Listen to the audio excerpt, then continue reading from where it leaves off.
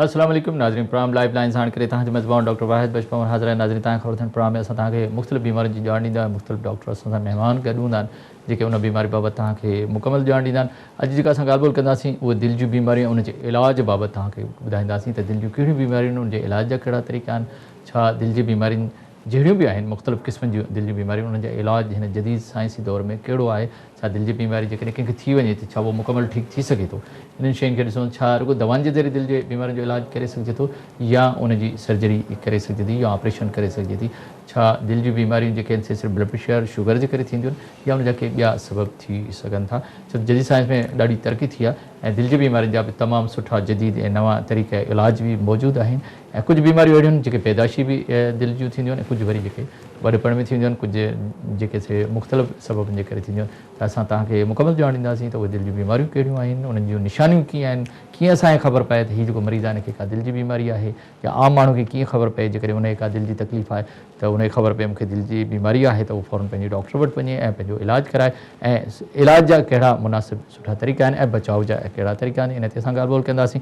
इन सिलसिले में अॼु मूंसां गॾु जेको महिमान आहे उहो आहे डॉक्टर रसूल बख्श बरहाम ऐं जेके पाण एसोसिएट प्रोफेसर आहिनि NICVD जेका दिलि जी बीमारी जो इदारो आहे उन में प्रोफेसर आहिनि, सर्जन आहिनि ऐं दिलि जी बीमारियुनि जो इलाजु कंदड़ डॉक्टर साहिब खां पुछंदासीं त हिन वक़्तु दिलि जी बीमारियुनि जा इलाज जा कहिड़ा जदीद तरीक़ा मौजूदु आहिनि ऐं उन मां कीअं फ़ाइदो वठी सघिजे थो। तव्हां बि जेको सो फ़ोन करे ऐं डॉक्टर साहिब खां कंहिं बि दिलि जी बीमारी बाबति को बि सुवाल करे सघो था। असांजे जिन में स्क्रीन ते नंबर अचे थो त उनखे ॾिसो ऐं दिलि जी बीमारियुनि बाबति को बि असांजे महिमान खां सुवाल करियो। पर जॾहिं तव्हां फ़ोन करियो त महिरबानी करे तव्हां पंहिंजी TV जो आवाज़ु घटि रखो त जीअं तव्हांजो आवाज़ु असां ताईं आराम सां पहुची सघे त डॉक्टर साहिबु तव्हांजो सुवालु ॿुधे उनखे सम्झे ऐं उनजो तव्हांखे जवाबु ॾिए।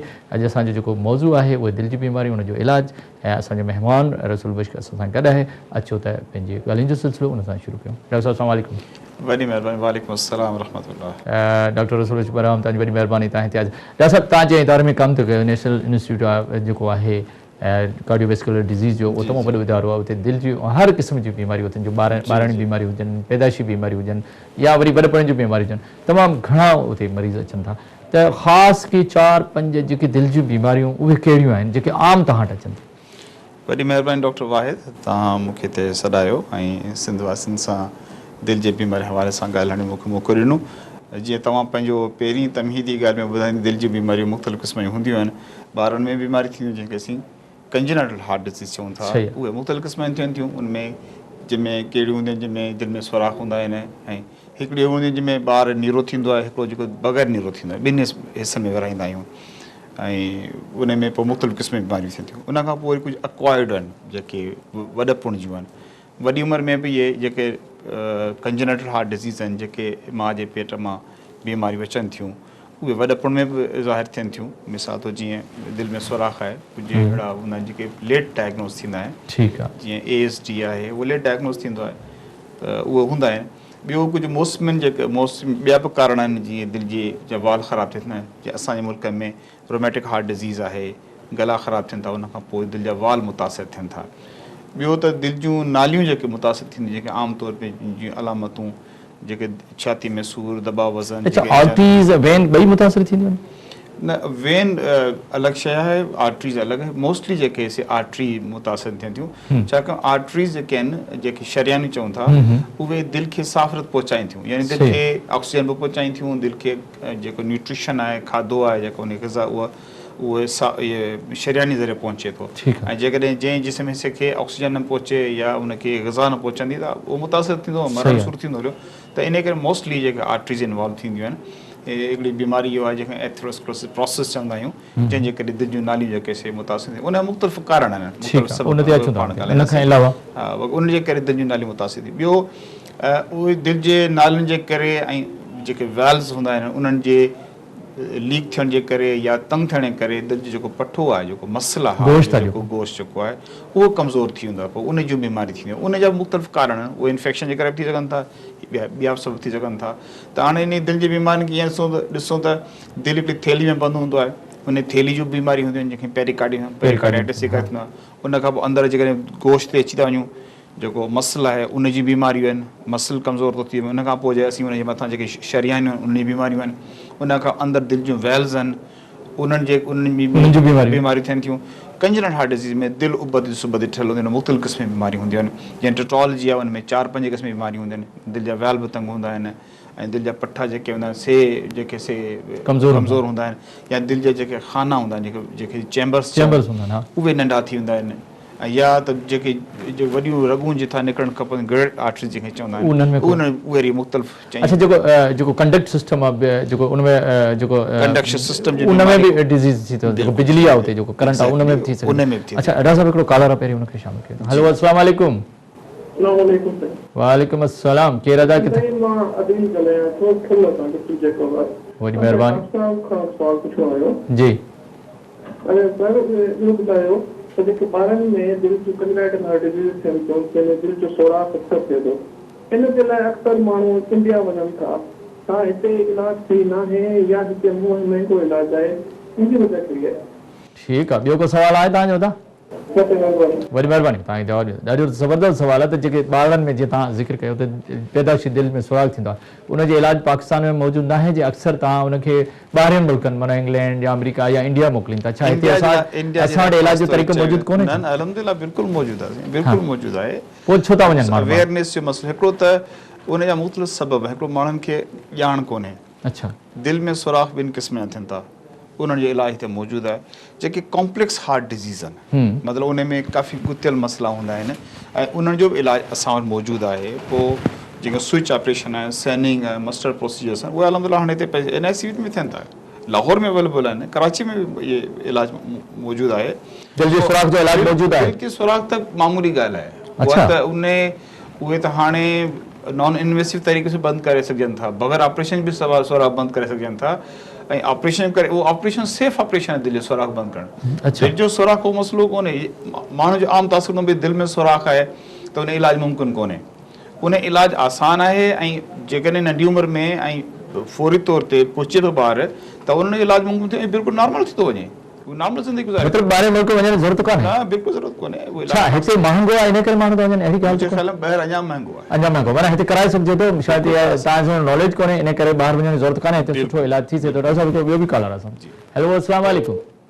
शायदि कॉल ड्रॉप थी वई। तव्हां उन में वज़ाहत करियां त कुझु अहिड़ियूं बीमारियूं आहिनि जेके कॉम्प्लेक्स हार्ट डिज़ीज़, उन स्टेज प्रोसीजर हूंदो आहे, उन में मुख़्तलिफ़ प्रोसीजर्स थींदा आहिनि, वक़्तु सां ऑपरेशन थींदियूं आहिनि। उन में उन जो इलाजु अल्हम्दुलिल्लाह पाकिस्तान में लाहौर में मौजूदु आहे, लाहौर में मौजूदु आहे। कराची में असांजे NICU में अल्हम्दुलिल्लाह सभु कुझु। 8 किलो जो वज़न जो ॿार आहे या 8 ॾींहं जो ॿार आहे, उनजो दिलि जो ऑपरेशन थिए पियो, थी सघनि था, थी सघे थो। माना ॿाहिरि वञण जी ज़रूरत कोन्हे, पर ॼाण हुजणु ज़रूरी आहे, नॉलेज हुजणु ज़रूरी आहे, त जीअं उन मां फ़ाइदो वठी सघे। ॿारनि जूं जेकी बीमारियूं आहिनि, या ॿारनि जो ऑपरेशन, उहो बनिस्बत वॾनि जे कुझु महांगियूं हूंदियूं आहिनि, छाकाणि हुन सामान महांगो अचे थो ऐं उन ते वधीक ख़र्च थिए। इन खे कंपेरेटिवली जेके तव्हां अडल्ट में इहे जेकॾहिं कंजलट में ॾिसो त उन जो ख़र्च थोरो वधीक आहे। अच्छा, थोरो ख़र्च वधीक आहे इन करे। पर हिते असांजे मुल्क में जेके इहे ग़रीब आहिनि मरीज़, हिकिड़ो कॉलर आहे, उनखे शामिल कयूं था। हेलो, अस्सलाम वालेकुम। वालेकुम सलाम। मूंखे दिलि में तकलीफ़ आहे, वाला दिलि मुंहिंजी वधी थी वञे। अच्छा, वॾी थी वई आहे? सिकंदर प्रोफेसर जो खाईंदी आहियां इलाज करे मां। हाणे वरी मूंखे छाती तमामु घणी थी पिया, कंप्लेक्स छॾे छाती, सॼो सीनो सूर थो करे, हिन लाइ कुझु ॿुधायो त। अच्छा, उन जेको तव्हां इलाज करायो था उन मां को तव्हांखे फ़ाइदो थिए पियो? हा, फ़ाइदो मूंखे थींदो आहे। हाणे मूंखे थोरो सस्तो ठीकु आहे, ऐं छाती सॼी ॾुखे थी, खंघि तमामु घणी थी वई आहे। अच्छा, ब्लड प्रेशर या शुगर इन जो मर्ज़ त कोन्हे तव्हांखे? न, शुगर कोन्हे। अच्छा, घणो अर्सो थियो आहे तव्हांखे इहो? 3 साल थिया। अच्छा, दवाऊं खां त हाणे तव्हांखे खंघि घणी आहे या ॿी का छाती में तकलीफ़ आहे, पर हुन दवा दिलि में तकलीफ़ का सूर त न आहे? दिलि में वारो पासो बोरो थो लॻे ऐं सूर पए थो, साह छिके थी खां। जैसे तव्हांजो को सवाल जो अव्हांखे सवाल इहो आहे मां त छा इहो हलण सां तव्हांजी तकलीफ़ वधे थी या घटि थी थिए या साॻी थी रहे? हलण सां एॾी तकलीफ़ न थींदी आहे, पर हाणे जॾहिं शादी थी वई आहे न त हलण सां थिए थी। त तव्हां मलेरिया करायां, पोलिया जी ड्यूटी बि कंदी आहे, उनखे असांजी कुझु न थींदो आहे। डॉक्टर चए दिलि जा वार साफ़ थो, सिर्फ़ु दिलि घणी आहे, साइज़ वधी वई आहे, दिलि जी साइज़ वधी वई आहे। ठीकु आहे, तव्हांखे जवाबु ॾींदो, वॾी महिरबानी तव्हां असांखे फ़ोन कई। जी डॉक्टर साहब, दिल जो वधण बि का बीमारी आहे? जी बिल्कुलु वधण बीमारी आहे, कार्डियोमायोपैथी थींदी आहे। ही उहो मुख़्तलिफ़ सबबनि जे करे थींदो आहे। अच्छा। दिलि जा वाल जेकॾहिं उनजो वक़्त ते इलाज न थिए ऐं जेकॾहिं वधे त उन जे करे बि दिलि वधी वेंदी आहे, जंहिंखे कार्डियोमायोपैथी चवंदा आहिनि। ऐं जेकॾहिं दिलि जूं नालियूं जेकॾहिं बंदि आहिनि, उन मुख़्तलिफ़ क़िस्म इंजाइना थिए, हार्ट अटैक ॿ टे दफ़ा थी थो वञे, त उन में बि दिलि कमज़ोर थी थो वञे ऐं उन में दिलि वधी थो वञे।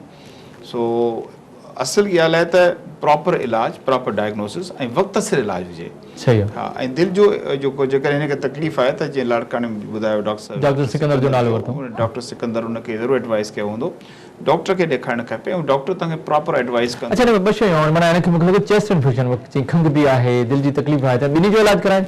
न, ईअं न हूंदो आहे।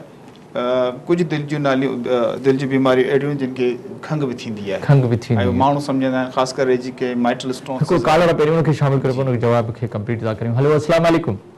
वालेकुम अस्सलाम सर। केरु साईं? जेको तव्हां चयो त दिलि जो इलाज जेको आहे, केरु पिया ॻाल्हायो भाउ? पंहिंजो नालो ॿुधाईंदो, पंहिंजो नालो ॿुधाईंदो।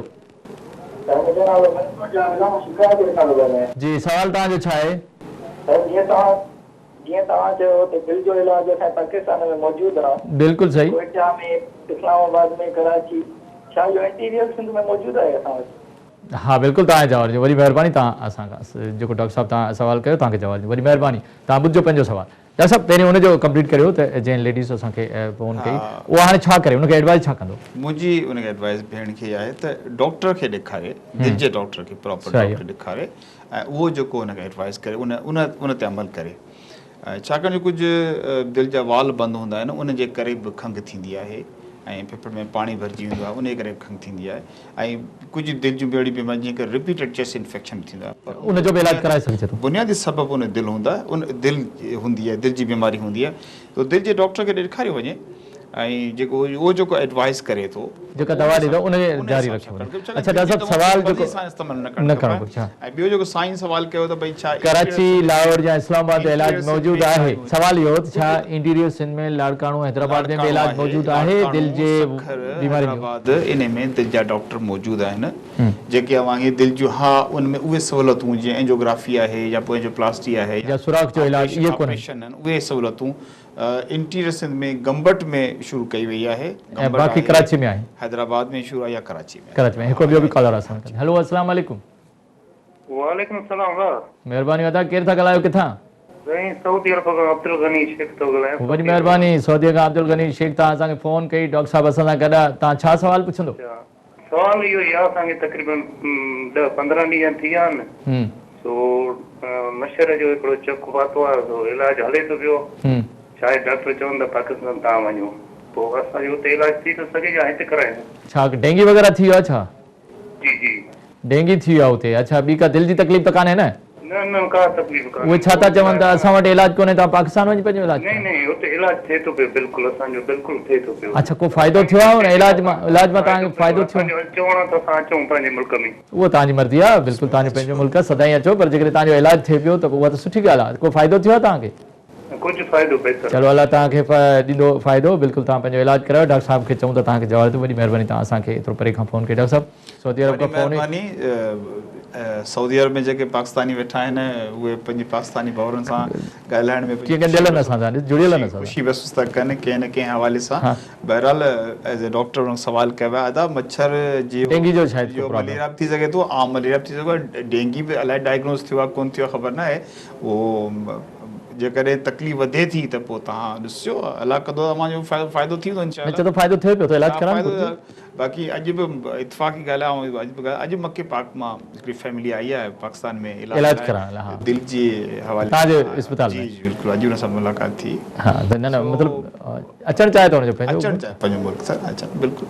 असल में उते कुझु इलाज जो सहूल मसइला आहिनि हुननि जा। अच्छा, सऊदी अरब में फॉरेनर्स आहिनि जेकी जंहिंखे अजनबी चवनि था, उन लाइ इलाजु काफ़ी महांगो आहे, मुश्किल थी वियो आहे। पहिरीं त सहूलियतूं हुयूं हुननि खे, पर हाणे मतिलबु मुश्किल आहे, इन करे पंहिंजे मुल्क में हिते असां वटि सहूलियतूं वधीक आहिनि। डॉक्टर साहब, हिकिड़ो ॿियो बि कॉलर आहे। हेलो, अस्सलाम वालेकुम। हेलो, अस्सलाम वालेकुम सर। वालेकुम अस्सलाम, केरु था ॻाल्हायो, किथां? भाई मां हाफिज़ुल्लाह पियो ॻाल्हायां पत्थर खां। वॾी महिरबानी। तव्हांजो प्रोग्राम ॾाढो भलो लॻो, असां वेठा ॿुधंदा आहियूं। हिकिड़ो नंढो सवाल आहे। वॾी महिरबानी, सवाल पुछो। मुंहिंजी सिस्टर आहे सर, हुनखे दिलि जी तकलीफ़ हुई, 3 साल थी विया डॉक्टर साहिब जो इलाजु हलंदो आहे सखर में। हुनखे हाणे गले में तकलीफ़ थी पई आहे, अच्छा कंहिं महिल छॾे थी वञे, कंहिं महिल वरी थी वञे। उमिरि घणी अथसि बाबड़ा? सर 35 साल। 35 साल। अच्छा, छा डॉक्टरनि छा चयो, दिलि में छा तकलीफ़ अथसि? सर वो डॉक्टर साहब चयो त हाणे अहिड़ी न आहे, वालनि जे बारे में चए पियो, पर हाणे फिजिशियन आहे डॉक्टर साहब सुठो दिलि जो, हा, तो उन हाणे ट्रीटमेंट बि ॾींदो आहे ब्लड प्रेशर जी। अच्छा, ब्लड प्रेशर बि गले अथसि? में हुनखे तकलीफ़ थी वई आहे, गले वारे डॉक्टर खे बि ॾेखारियो आहे, उहो छा थो चए? चए थो न को आहे न, पर का शइ लॻेसि थी गले। चलो ठीकु आहे, तव्हांजे जवाब जो वरी महिरबानी। तव्हां ॿुधो डॉक्टर साहिब खे चवंदो। डॉक्टर साहिब, छा दिलि जी बीमारी या ब्लड प्रेशर हुजे त उन करे गले ते बि को असरु पवे थो? न, गले ते बराह रास्त कोन थो पवे, पर गले जे करे दिलि ते वारनि ते असरु पवे थो, पोइ नंढी उमिरि में थींदो आहे। जीअं अधी उमिरि ॿुधाए त 35 साल उमिरि आहे, 35 साल में ब्लड प्रेशर त आहे हुनखे? हा, ब्लड प्रेशर आहे हुनखे। ऐं गले में मुंहिंजे ख़्याल में मौसमी जे मौसम जे करे बि जेको गले में ख़राश ऐं गले में सूदो या ट्रांसलाइटिस या उहो गले जो डॉक्टर वधीक ॿुधाए सघे थो बहितर त छा ज़ारी पोज़ीशन आहे। उन अगरि बुख़ार बि आहे या न, या ॿियूं अलामतूं आहिनि या न, उहो डॉक्टर खां पुछणु खपनि। उन जी बज़ार ॿी इहा त कोन ॿुधाईंदसि त को हुनखे बुख़ार बि आहे या का या ॿी का अलामतूं हुन सां गॾु। जेकॾहिं ब्लड प्रेशर त ब्लड प्रेशर जेके, हा, गले में सूरु, उहो खंघि आहे, कुझु अहिड़ी दवाऊं हूंदियूं आहिनि जेके ब्लड प्रेशर जूं हूंदियूं आहिनि, जेके ख़ुश्क खंघि कराईंदियूं आहिनि, एसिनेट्रस जेके आहिनि से उहे कराईंदियूं आहिनि। उन करे गले में ख़राश थींदी रहंदी आहे ऐं ड्राई कफ थींदी रहंदी आहे, उन करे गलो ख़राब थी वियो। मुमकिन आहे दवाउनि जे करे बि असरु हुजे। जेकॾहिं बुख़ार कोन्हे या थ्रोट इंफेक्शन कोन्हे त इहो बि हिकिड़ो सबबु थी सघे थो। उन लाइ इहो जंहिं डॉक्टर साहिब खे ॾेखारीनि पिया उनखे इहा ॻाल्हि ॿुधाइनि त हू उहे दवाऊं तब्दील करे ॾींदो। कुझु दवाऊं आहिनि जेके ब्लड प्रेशर जेके गले में ख़राश ऐं गलो ख़राब। अच्छा डॉक्टर साहिब, ज़िक्र थियो दिलि जो वधी वञणु या उनजी साइज़ वधी वञणु, छा उनजो इलाजु मौजूदु आहे? उहो मरीज़ ठीकु थी सघे थो? डॉक्टर साहिब, उहो डिपेंड थो करे त हुन साइज़ केतिरी आहे ऐं उन सबबु छा आहे। अच्छा, हा, जेकॾहिं वेल्व आहे, वेल्व जेकॾहिं इलाजु कयो वञे त सही थी सघे थो। बेसिकली कार्डियोमायोपैथी जो इलाजु आऊं को डिप्रेस कोन थो करणु चाहियां, उहो हिकिड़ो अहिड़ो मुश्किल सुवालु आहे। इलाजु उनजो मेडिसिन्स आहे। अच्छा, दवाउनि जो ज़रिए जॾहिं दिलि वधी थो वञे या दिलि कमज़ोर थी थो वञे त उन जेको असुलु इलाजु जेकॾहिं आहे उहो कार्डिक ट्रांसप्लांट आहे, कार्डियोमायोपैथी जो। उहो जेको मुश्किल आहे, उहो असांजे मुल्क में मुश्किल न आहे, असां वटि अवेलेबल कोन्हे, इन करे असां डोनर कोन्हनि, अच्छा ठीकु को दिलि ॾियण लाइ तयारु कोन्हे। ऐं हालांकि इलाजु तमामु आसानु आहे, हिकिड़ी दिलि कढी ॿी दिलि फिट करणी हूंदी आहे, ट्रांसप्लांट को मुश्किल कोन्हे, पर असांजे मुल्क में अवेलेबल कोन्हे। हा, उन्हनि माण्हुनि खे दवाउनि जे ज़रिए कुझु बहितर करे सघे थो। हा, इहा ॻाल्हि बिल्कुलु आहे। जीअं उनखे दवाऊं लाइफ लॉन्ग खाइणी पवंदियूं आहिनि, उहो बहितर थींदो वेंदो। जी बिल्कुलु बहितर। हिकिड़ो कॉलर आहे, उनखे शामिल कयूं था। हेलो, अस्सलाम वालेकुम। हेलो, अस्सलाम वालेकुम। वालेकुम अस्सलाम सर। साईं, केरु था ॻाल्हायो, किथां? सर, मां तारिक अली सुमरो पियो ॻाल्हायां, शिकारपुर खां। तारिक अली सुमरो, वॾी महिरबानी, पंहिंजी टीवी जो आवाज़ घटायो, डॉक्टर साहिब खां सवाल पुछो। तारिक। हा सर, मुंहिंजो नंढड़ो आहे, 5 सालनि जी उमिरि में हुयो, 2010 में जी। उनखे दिलि जी तकलीफ़ हुई, पंहिंजो वाल बंदि हुयसि, सुराख हुयुसि। मां हितां कराची मां, पहिरियों त हिते कराची में ॾाढी मुश्किल आहे, बेड वठणु या इलाजु करणु ॾाढी मुश्किल आहे। ठीकु आहे। तो मूंखे 3 महीननि खां बाद में बेड ॾिनऊं, पोइ ऑपरेशन कयूं मुंहिंजे नंढड़े जी। उते हुयो डॉक्टर सुहेल बंगेश। ठीकु आहे। हिते NICVD में करायो, प्राइवेट में करायो? हा, कार्डियो में। ठीकु आहे। हा, माशाअल्लाह। हाणे उन में थोरी चुस्ताइप बि आहे ऐं ग्रो बि करे थो, वज़न बि वधाए थो, पर इन खां पोइ उनजी चेकअप वग़ैरह अञा करायूं, छा करायूं? मां हर 3 महीननि खां पोइ उनखे चेकअप कराईंदो आहियां। बिल्कुलु सही। दवाऊं खारायो पिया? दवाऊं हाणे कुझु बि न आहिनि सर। दवाऊं 2 महीना 3 महीना शायदि हलियूं दवायूं। 3 महीननि खां पोइ दवायूं कुझु बि न ॾिनियूं, हाणे ख़तमु आहिनि। हाणे चवनि था त बसि। तारिक, तव्हां पुछणु डॉक्टर साहिब खां पुछणु छा था चयो? डॉक्टर साहिब बि उन ई इदारे में कमु थो करे। तव्हांजो सवाल डॉक्टर साहिब खां छा आहे? हाणे चेकअप करणु खपे या न खपे? डॉक्टर साहिब सां सवाल इहो आहे त हिनखे वधीक ॿी का तकलीफ़ त महसूसु न थींदी न अॻिते हली? न, इंशाअल्लाह। ठीकु आहे, तव्हांखे जवाबु ॾियो। तारिक, ॿुधो, तव्हांजी वॾी महिरबानी, तव्हां असांखे फ़ोन। डॉक्टर साहिब, तव्हांजे इदारे में आयो, ॿार खे सुराख हुयो, इलाजु कराईं डॉक्टर सुहेल खां, हाणे ठीकु आहे, दवाऊं नथो खाए, हिन जो सवाल छा अॻिते हली का तकलीफ़ त न थींदी? दिलि जे सुराख जे ऑपरेशन खां पोइ उहे ॿार बिल्कुलु नॉर्मल हूंदा आहिनि ऐं नॉर्मल ज़िंदगी गुज़ारींदा आहिनि। ईअं सम्झो त हुननि खे दिलि जी बीमारी हुई ई कोन।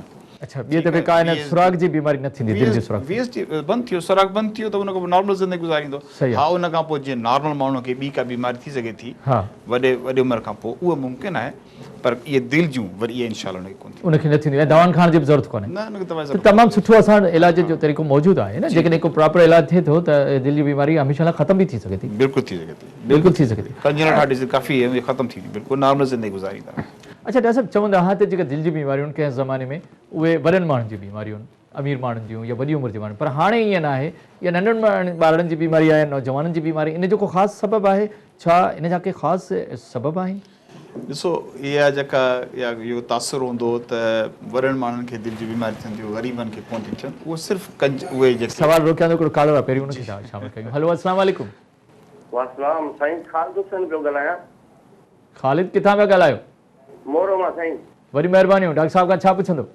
साईं मूंखे गले में तकलीफ़ आहे तक़रीबन 3-4 महीननि खां जी तो मां स्टेनोफ्लेक्स हिकिड़ी टेबलेट डॉक्टर साहब तजवीज़ कई दादू मां ऐं ॿी पाइटेक्स टेबलेट जेका आहे सा इहा बि मूंखे डॉक्टर साहब ॾिनी ठीकु आहे ॿी आहे डायलस टेबलेट इहे 3 टेबलेटूं तक़रीबन 3-4 दफ़ा इहे कोर्स कयो आहे क्लेरिसिड 250-500 इहे तक़रीबन 2 हफ़्ता 3 हफ़्ता थी विया आहिनि तकलीफ़ छॾे कान थी मूंखे जेको इन करे का दिलि जी तकलीफ़ त कोन्हे तव्हांखे का जी साईं का दिलि जी बीमारी का अहिड़ी तकलीफ़ को डॉक्टर खे साईं मूंखे मां टेबलेट वरितो ओचिरे हिकिड़ो दफ़ो सूरु पइजी वियो मां टेबलेट वरिता उहो पहिरियां उन खां पहिरियां गले में मूंखे सूरु हुयो अच्छा उमिरि घणी आहे कम उमिरि घणी आहे तव्हांजी जी उमिरि घणी आहे तव्हांजी मुंहिंजी उमिरि साईं तक़रीबन 42 इयर्स अच्छा कमु छा कंदा आहियो 42 साल मां टीचर आहियां टीचर आहियो तव्हां मतिलबु को ब्लड प्रेशर या शुगर अहिड़ी का शइ त कान्हे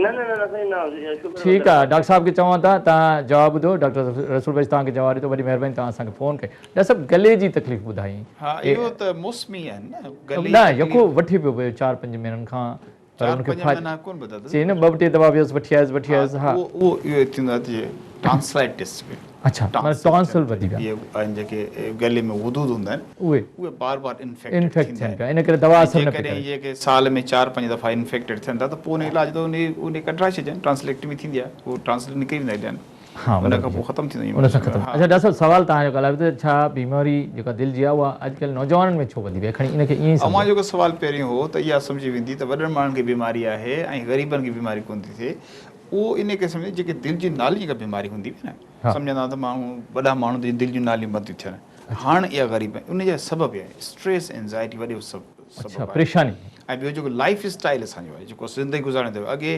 एक्टिविटी तमामु घणी हूंदी हुई वॾा माण्हू हलंदा कोन हुआ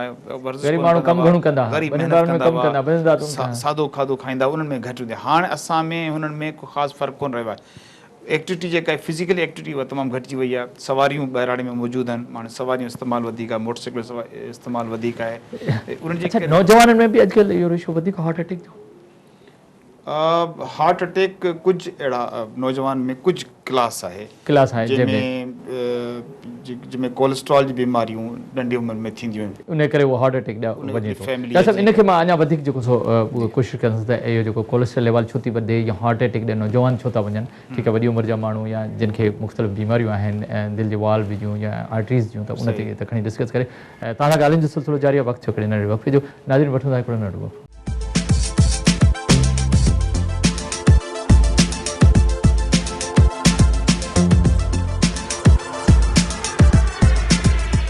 वेलकम बैक नाज़रीन अचो पंहिंजी ॻाल्हियुनि जो सिलसिलो ॿीहर डॉक्टर रसूल बख्श सां शुरू करियो अॼु असां दिलि जी बीमारियुनि बाबति ॼाण ॾेई रहिया आहियूं तव्हांखे डॉक्टर साहब दिलि जी बीमारियुनि बाबति तव्हांखे ॿुधाए रहियो आहे त दिलि जी बीमारियुनि जो इलाज जा कहिड़ा तरीक़ा आहिनि ऐं हिते पाकिस्तान में ॾाढो सुठो इलाज मौजूदु आहे ऐं तव्हां बि फ़ोन करे डॉक्टर साहब खां को सवाल पुछी सघो था दिलि जी बीमारियुनि बाबति ऐं डॉक्टर साहब मौजूदु आहे अचो त पंहिंजे महिमान सां ॻाल्हि ॿोल जो सिलसिलो शुरू कयूं डॉक्टर साहब ऐं दिलि जी बीमारियुनि ते जॾहिं असां ॻाल्हि पई कई तव्हां चयो त जेको नौजवान में अॼुकल्ह हार्ट अटैक जो रेशो वधे पियो छा उनजो सबबु सिर्फ़ु परेशानी आहे या जेके असांजूं शरियानियूं आहिनि उन्हनि में कोलेस्ट्रॉल वग़ैरह जो जेको ज़्यादा हुजण जे करे आहे डॉक्टर साहब शरियानियूं असांजूं साॻियूं आहिनि जिस्म असांजो साॻियो आहे सिर्फ़ु माहौल जे करे एक्टिविटीज़ न हुअण जे करे ऐं जेको जंक फूड जेको अॼुकल्ह माण्हू ॿाहिरां जेको घर जो खाधो छॾे करे कालर अची वियो पहिरीं उनखे शामिल हेलो अस्सलाम वालेकुम हेलो वालेकुम अस्सलाम जी केरु था ॻाल्हायो किथां जी मां मिसिस ममताज़ थी ॻाल्हायां कंडियारो खां वॾी महिरबानियूं ऐं डॉक्टर साहब खां छा पुछंदो जी नंढड़ी मुंहिंजी आहे तकरीबन 4.5 साल उमिरि अथसि। जी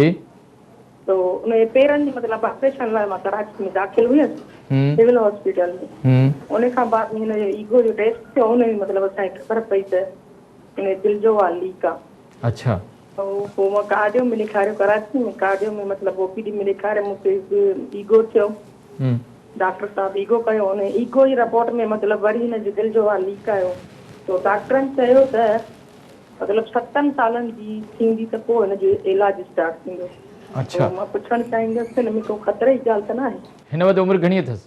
4 साल उमिरि।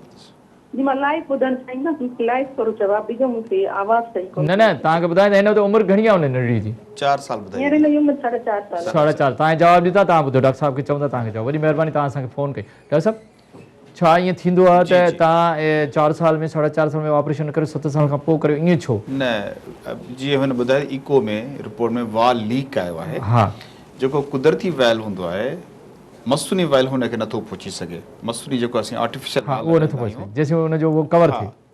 जेतिरो वक़्तु हू हुनखे मैक्सिमम मिले पियो हा पंहिंजे असली वैल सां, लीक वैल सां हू गुज़ारो करे सघे थी दवाउनि सां। ऐं जेतिरो वक़्तु कढंदी ओतिरो हुनखे स्पेस ॾिनो वेंदो, टाइम ॾिनो वेंदो।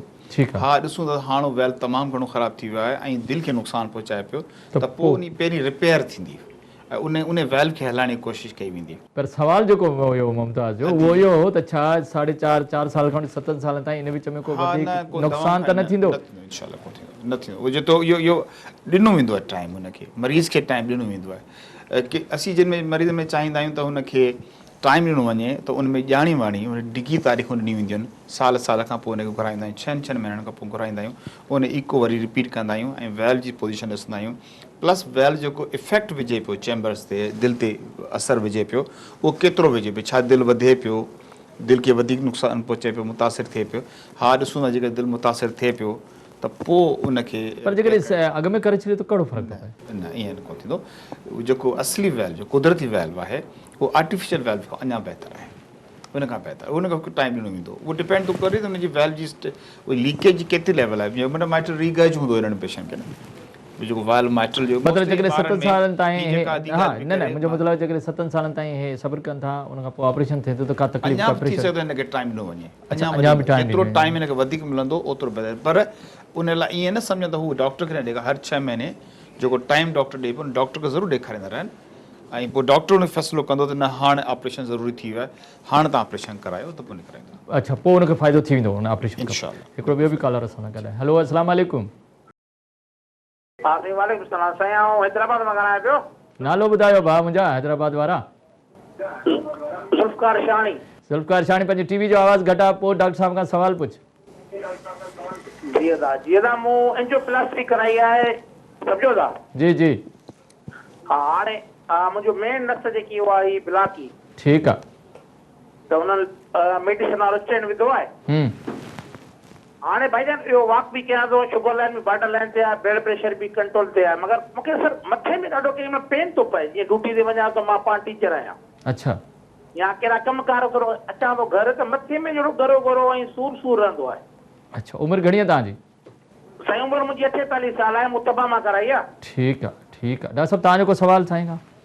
न मथे सूर सां तालुक़ कोन्हे। हा को सवाल पुछोसि त पोइ वरी जवाबु। कुझु दवाऊं आहिनि जेके मथे सूर। ठीकु आहे तव्हांखे ज़ुल्फ़कार जवाबु ॾींदो। डॉक्टर साहब तव्हांखे जवाबु ॾींदो। वॾी महिरबानी तव्हां असांखे फ़ोन कई हैदराबाद खां। छा थी सघे थो सर मथे सूर जो? हिननि एंजियोप्लास्टी कराई आहे हाणे। ब्लड प्रेशर वधण जे करे, आई साइड जे चए थो आहे बॉर्डर लाइन ते ब्लड प्रेशर ठीकु आहे, आई साइड जे करे मथे सूर पए। मथे सूर ॿिया बि रीज़न्स आहिनि न। हा ॿिया बि कई सबब आहिनि। कई सबब आहिनि पर इन दिलि जी बीमारी जे करे को प्रेशर न, उहे कुझु दवाऊं आहिनि जेके मथे सूर कराईंदियूं आहिनि। अच्छा कुझु दवाऊं आहिनि। नाइट्रेट्स हूंदा आहिनि। पर चए थो मुंहिंजी एंजियोप्लास्टी थी चुकी आहे, डायग्लूटिंग स्टेंट पइजी वियो आहे, मूंखे उहा दिलि जी तकलीफ़ कोन्हे, मूंखे सिर्फ़ु मथे में सूर थो पवे। जेकॾहिं जे डॉक्टर साहिबु हुनखे उहा दवा ॾिनी हूंदी या हीअ पंहिंजी मर्ज़ी सां उहा दवा खाईंदो हूंदो, कुझु नाइट्रेट्स आहिनि जेके दवा। एंजियोप्लास्टी खां पोइ बि त दवाऊं त ॾींदा आहियो न? दवाऊं ॾींदा आहिनि पर नाइट्रेट्स मतिलबु तव्हांजो चवणो आहे त उन डॉक्टर खे जेकॾहिं ॾेखारे वञे त उहो वधीक सम्झी सघे थो ऐं ज़ुल्फ़कार खे वधीक बहितर का ॿी दवा ॾे मथे सूर जो इलाजु करे। तंहिंजे करे डॉक्टर साहिब जो चवणु आहे त तव्हां पंहिंजे डॉक्टर खे ॾेखारियो ऐं मथे जो सूर जेको आहे उहो ज़रूरी न आहे त दिलि जी बीमारी करे कंहिं ॿियो बि सबबु थी सघे तव्हां हुनखे ॾेखारियो ऐं बहितर इलाजु थी सघे थो। हिकिड़ो ॿियो बि कॉलर असां सां गॾु। हेलो अस्सलाम वालेकुम। वालेकुम सलाम साईं। साईं केरु था ॻाल्हायो किथां? ख़ैर मोहम्मद ॻाल्हायां थो गुड्डू खां साईं। वॾी महिरबानियूं। ख़ैर मोहन, तव्हां असांखे फ़ोन कई। डॉक्टर साहिब असां सां गॾु छा पुछंदो? मां साईं साल पहिरियों बाईपास पंहिंजो करायो आहे। किथां? लाहौर खां। सही, हा। हाणे छा आहे मुंहिंजो बाईपास साइड जेके आहे न वज़न ई वज़न महसूसु थींदी आहे मूंखे। हा साईं। अच्छा, ब्लड प्रेशर या शुगर? हेलो, ब्लड प्रेशर या शुगर आहे तव्हांखे? नॉर्मल आहे साईं, 80 या 120 हूंदो आहे। उमिरि घणी आहे तव्हांजी? उमिरि मुंहिंजी 55। ऐं कमकार कयो था? हाँ कमकार क्या हुआ? डॉक्टर साहब तव्हांजो को सवाल आहे? सवाल हो तो सूर तो थे, सूर थे तो वजन थे तो बाईपास जाते वजन थे तो दर्द ना है। दर्द ना है। अच्छा, दवाऊं खाओ पिया? दवाऊं खाईंदा। चलो ठीक है, तव्हां जवाब ॾींदो। वॾी महिरबानी, तव्हां असांखे फ़ोन कई। साईं ख़ैर मोहम्मद खे छा जवाब ॾींदो? बाईपास खां पोइ सूर या वज़न खाॿे पासे रहंदो आहे। हा, उहो सूर हिनखे चओ सूर न आहे पर वज़न थी। हा, उहो रहंदो आहे। हीअ छाकाणि त मेमरी आर्टरी कढंदा आहिनि लेफ्ट साइड तां, इंटरनल मेमरी आर्टरी हिकिड़ी शरियां कढंदा आहिनि, उहो बाईपास में इस्तेमालु थींदी आहे। उन करे खाॿो पासो सुन बि रहंदो आहे ऐं उन में सूर बि थींदो आहे। ठीकु आहे। सो उहो सूर ऐं उन्हनि खे चवंदा आहिनि छा इहो उहो पहिरियों सूर आहे जेको ऑपरेशन खां पहिरियों या पोइ थियो आहे? ठीकु आहे। त ऑपरेशन खां पोइ बोन जो पेन या इहो थोरो घणो सर्दी गर्मी में रहंदो आहे ऐं उहो सूर पैरासिटामोल पैराडोल जा का बि पेन किलर दवा सां ख़तमु थी वेंदो। इन में का घबराइण जी ॻाल्हि कोन्हे, का परेशानी। पर जेकर पंहिंजे डॉक्टर खे ॾेखारे सघे थो, कार्डियोलॉजिस्ट खे, दिलि जी बीमारियुनि जे माहिर डॉक्टर खे ॾेखारे? उहो त हर 3 महीने 4थे महीने हुनखे डॉक्टर खे ज़रूरु ॾेखारणु खपे। लिपिड प्रोफाइल करे उहो पंहिंजे डॉक्टर खे ज़रूरु ॾेखारे, उहो चाहे लाहौर में ॾेखारे या पोइ जिते बि कराची में या किथे बि ॾेखारे सघे थो, माना ॾेखारणु ज़रूरी आहे। परेशानी जी ॻाल्हि कोन्हे। जेकर खाॿे पासे वज़न आहे त इहो वज़न इहो मुस्तक़िल रहे थो। इंटरनल मेमरी आर्टरी करे बाईपास खां पोइ पोस्ट कार्डियोटिक सिंड्रोम ऐं बाईपास खां पोइ सूर रहंदो आहे। इहो इन को परेशानी इन जी कोई परेशानी न आहे। अच्छा डॉक्टर साहब, जॾहिं असां अॻिते पिया ॻाल्हायो त नौजवाननि में जेको हार्ट अटैक जो तव्हां ॿुधायो पई, त हिकिड़ी छा सिर्फ़ु परेशानी इहो सबबु आहे? लाइफ स्टाइल जे करे आहे, एक्सरसाइज़ कोन्हे। जेको ॿियो बि जेको असीं खाधो ॿाहिरि जो खाऊं था उन करे कोलेस्ट्रॉल लेवल वधीक हूंदी आहे। उहो बि हर नौजवान में कोन थो थिए। मतिलबु जंहिंमें मरीज़ अचनि था न तव्हां? हा बिल्कुलु अचनि था। Family history, strong family history आहे। जुवेनाइल हाइपरलिपिडीमिया हूंदो आहे। कोलेस्ट्रॉल जेको नंढी उमिरि में माण्हू जो कोलेस्ट्रॉल तमामु हाई हूंदो आहे, उन दर्जी नालियूं बंदि थींदियूं। मोरसी बीमारी जेके फैमिली करे मतिलबु थिए थो, पर जेके सुठी लाइफ स्टाइल रखनि था इन्हनि बीमारियुनि खां बची सघनि। उन्हनि माण्हुनि खे एहतियात करणु खपे। एहतियात करणु। हिकिड़ो ॿियो बि कॉलर आहे। हेलो, अस्सलाम वालेकुम। वालेकुम सलाम। नहीं छा हाल आहिनि? ख़ुशि आहियो? महिरबानियूं। केरु था ॻाल्हायो? किथां? सलाम, नज़ीर अहमद थो ॻाल्हायां, कासिमाबाद हैदराबाद मां। वॾी महिरबानियूं नज़ीर अहमद, तव्हां असांखे फ़ोन कई। डॉक्टर रसूल भाई असां सां गॾु छा पुछंदो? साईं मुंहिंजो ब्लड प्रेशर बि वधियल आहे, कोलेस्ट्रॉल बि वधियल आहे। हाणे हू चवंदा LDL UTL, हाणे जेको घटि आहे वधणु खपे उहो घटिजे ऐं घटियल जेको सो वधिजे। हाणे दवाऊं बि खाऊं पिया, कंट्रोल में ब्लड प्रेशर बि आहे, भला हाणे हिन जो छा करणु खपे? कोन्हे ख़तरे जी त ॻाल्हि कोन्हे। अच्छा, उमिरि घणी आहे तव्हांजी? कराई उमिरि घणी आहे नज़ीर? उमिरि साईं 46 साल। अच्छा, कमु छा कंदा आहियो?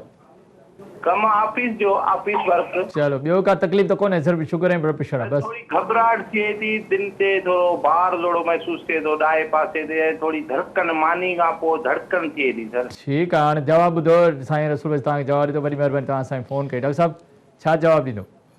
तुंहिंजो पाड़ेसरी अथई, छा ॿुधाईंदुसि? कोलेस्ट्रॉल वधियल आहे ऐं ॻाल्हि कई त LDL ऐं HDL जी। इन में आऊं हिकिड़ी लेमे लैंग्वेज आम ज़बान ॿुधायां, हिकिड़ा दोस्त कोलेस्ट्रॉल हूंदो, हिकिड़ो दुश्मन कोलेस्ट्रॉल हूंदो। सही आहे।